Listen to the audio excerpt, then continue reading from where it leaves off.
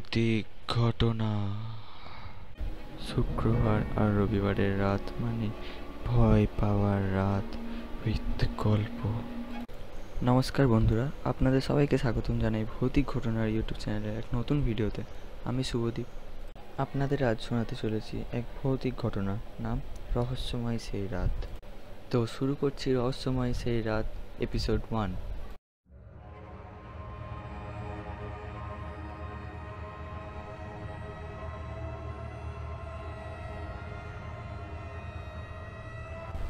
আমার নাম জোসেফ লিয়ার্স। দ্বিতীয় বিশ্বযুদ্ধের সময় আমাকে বেশ কিছুদিন বার্মাতে অবস্থান করতে হয়েছিল। আমি ছিলাম এক সামরিক পর্যবেক্ষক। বার্মাতে যেসব ইংরেজরা যুদ্ধ করত তাদের সাথে এক রণক্ষেত্র থেকে অন্য রণক্ষেত্রে ঘুরে বেড়াতে হতো আমাকে। বার্মায় থাকার সময় অনেকগুলি অলৌকিক ঘটনার সামনে দাঁড়াতে হয়েছিল আমাকে। আমি পাশ্চাত্য দেশের মানুষ। বিজ্ঞান এবং প্রযুক্তিবিদ্যায় অগাধ আস্থা আছে আমার। ছোট থেকে শুনেছিলাম প্রাচ্য দেশে নাকি নানান রহস্যের হাতছানি।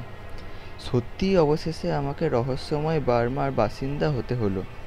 তখন থেকেই মনের মধ্যে এক ধরনের কৌতূহলের সৃষ্টি হয়েছিল।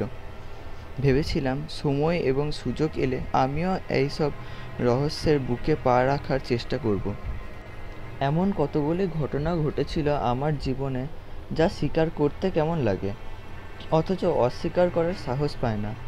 জীবনের ওপ্রান্তে দাঁড়িয়ে বার্মার সেই দিনগুলি স্মৃতিচারণ করতে গেলে প্রথমেই মনে পড়ে এক অদৃশ্য শত্রুর কথা, দীর্ঘদিন ধরে যে আমার মন এবং শরীরকে আচ্ছন্ন করেছিল। পাঠক পাঠিকারা, আর আপনাদের ধৈর্যের চ্যুতির কারণ ঘটাবো না। এবার ভনিতা থাক, আসল গল্পে প্রবেশ করি। 1945 সাল, গ্রীষ্মকাল। ভারতীয় সৈন্যদলের সামরিক পর্যবেক্ষক হিসাবে তখন বার্মার এক প্রাঙ্গণ থেকে অন্য প্রাঙ্গণে ঘুরে বেড়াচ্ছিলাম আমি। ভারতীয় সৈন্যদলের কোনো অসুবিধা হচ্ছে কি না, বার্মায় তার খাবার ঠিকমতো পাচ্ছে কি না, রাতে তাঁবু বিশ্রাম পাচ্ছে কি না, এইসব বিষয়ে সংবাদ সংগ্রহ করে হেড অফিসে পাঠাতে হতো। সপ্তাহের পর সপ্তাহ ধরে প্রতিবেদন লিখতে হতো।